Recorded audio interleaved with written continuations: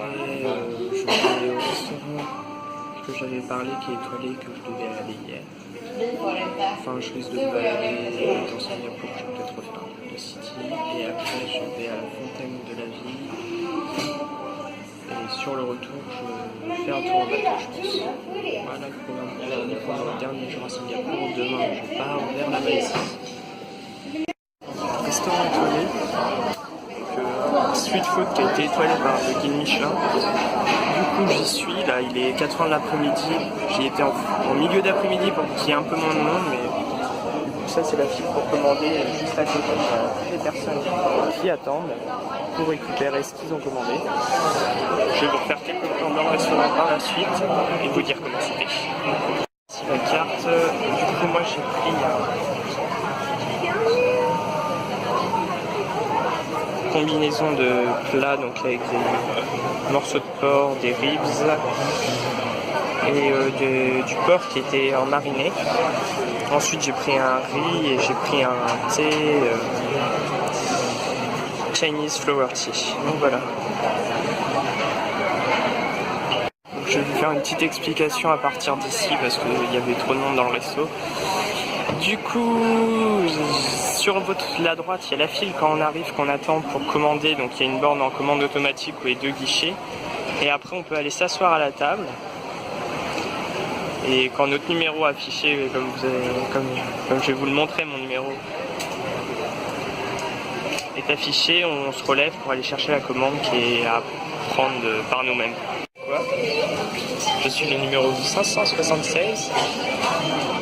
Alors qu'ils appellent actuellement le 536.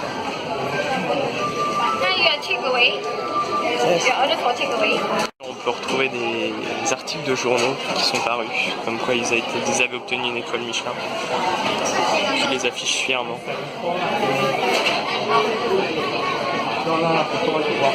Que j'ai pris en vrai. Avec du coup, j'ai pris un riz en plus et un thé, donc avec les 3 différentes sauces. Donc j'ai pris ça parce qu'on va pouvoir goûter, je vais pouvoir goûter le maximum possible de ce restaurant étoilé.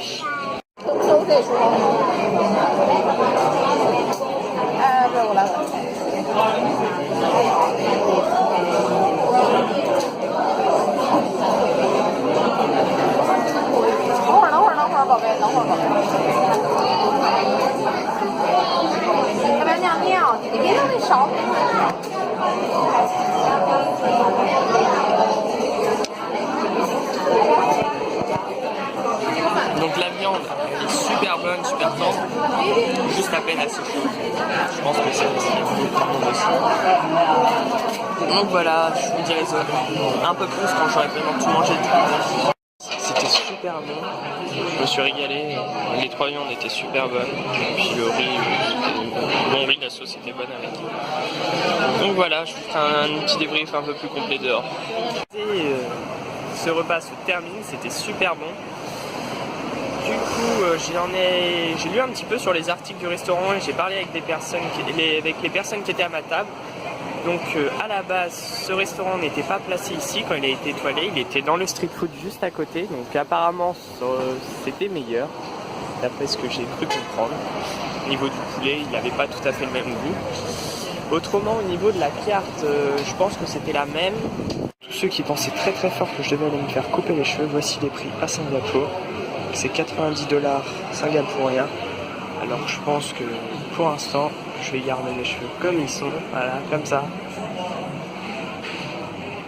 Puis on va les couper en Malaisie où ça sera bien moins cher, donc dès demain. Ou après-demain, mais à Malacca je vais essayer de trouver. Donc voilà ma rue.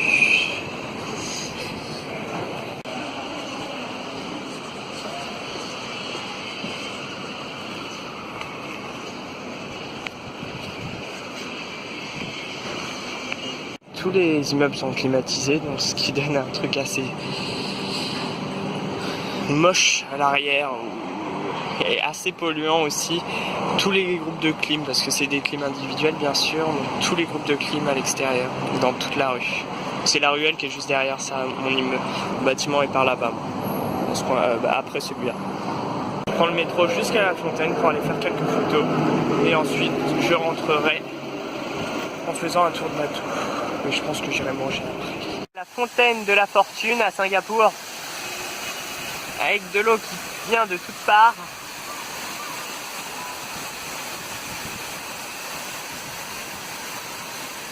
Juste pour vous donner une idée de cette fontaine, elle est immense, elle est en plein milieu d'un rond-point.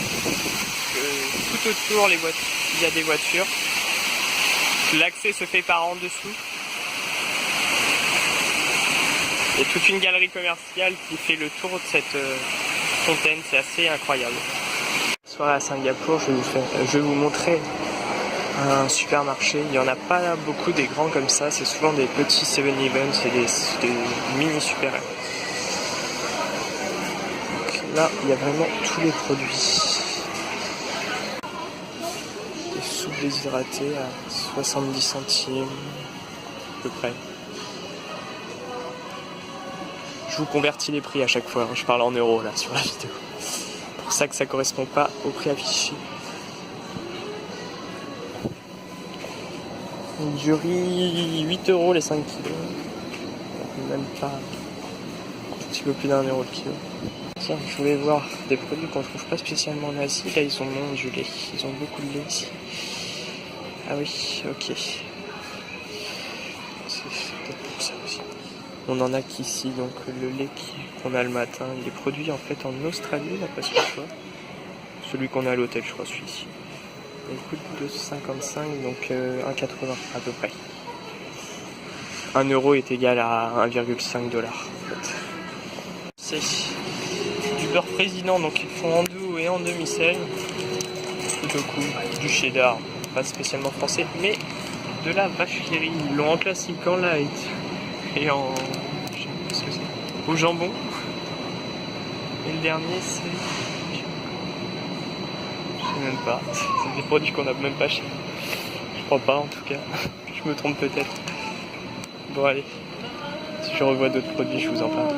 C'est bien aussi des fois les supermarchés, ça permet d'avoir une idée des prix quand on arrive dans certains pays. Donc on trouve que des bonbons ou des choses comme ça. Les seuls chewing-gums autorisés c'est les chewing-gums à usage médical. Donc il faut avoir une ordonnance pour pouvoir acheter des chewing-gums. Tout ça pour éviter que les trottoirs soient salis, etc.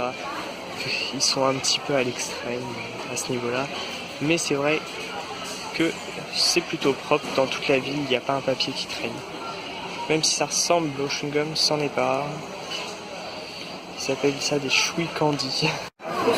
Donc j'ai aussi profité de ces achats pour payer en pièces, parce que les pièces sont pas échangeables en dehors du pays. Donc du coup, faut que je garde que des billets de Singapour avant de partir en Malaisie. Demain je payerai avec la carte de train, la petite carte là que j'avais pour payer mes billets de train, je payerai avec ça mes petites courses avant de partir. Donc là j'ai acheté des mangues desséchées, déshydratés, à grignoter et une bouteille de soja en grand parce que ça coûte pas plus cher en 1 litre que quand je les achète en canette. Du coup, j'en ai profité. 20 minutes que je me balade à travers la galerie. Ça faisait quelques jours que je cherchais ma voiture. Ça y est, je l'ai retrouvée. Elle était en bas. Le chauffeur l'avait garée ici. Le tour de Singapour en bateau de nuit, c'est loupé. Les bateaux étaient qu'à 9h, alors que jusqu'à 9h30 à peu près, alors que c'était annoncé jusqu'à 11h ce soir. On fait tout le quai à pied jusqu'à l'autre trottoir. C'était beaucoup plus loin. J'ai pu monter dans un bateau. Maintenant, on va visiter toute la river et la marine.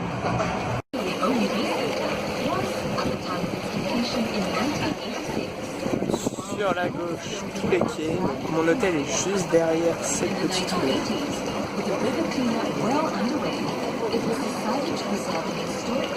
Là, on voit tous les buildings juste après. C'est immense.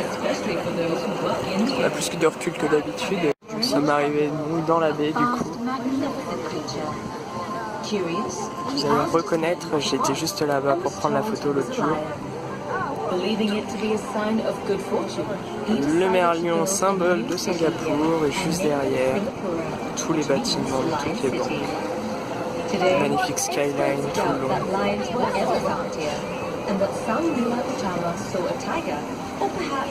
L'autre côté du bateau, alors on retrouve là le Fly Singapore, donc la grande route Singapour, que j'ai faite aussi, Marina Bay, et juste derrière Marina Bay on ne les voit pas, mais il y a les jardins de la baie.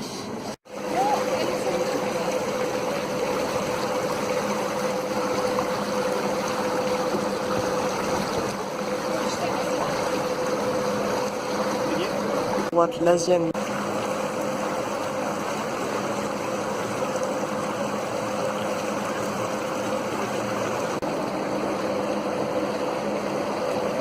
Cet hôtel est particulièrement connu à Singapour. Il est vraiment entre plein de buildings différents.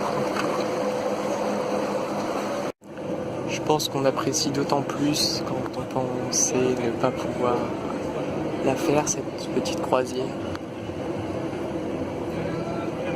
Donc au niveau tarif c'est 25 $. Je pense que ça vaut quand même le coup, contrairement à d'autres attractions comme le Lion qui a été à 12 $. Je pense que c'est quelque chose à faire, ça permet d'avoir une autre vision sur tout ce qui entoure le centre de Singapour, parce que la marina c'est quand même le point central entre les différents lieux de la ville. Donc pour vous faire un tour rapide des banques HSBC, Bank.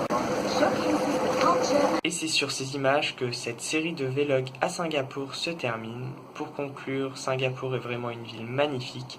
J'en ai pris plein les yeux durant toute la semaine.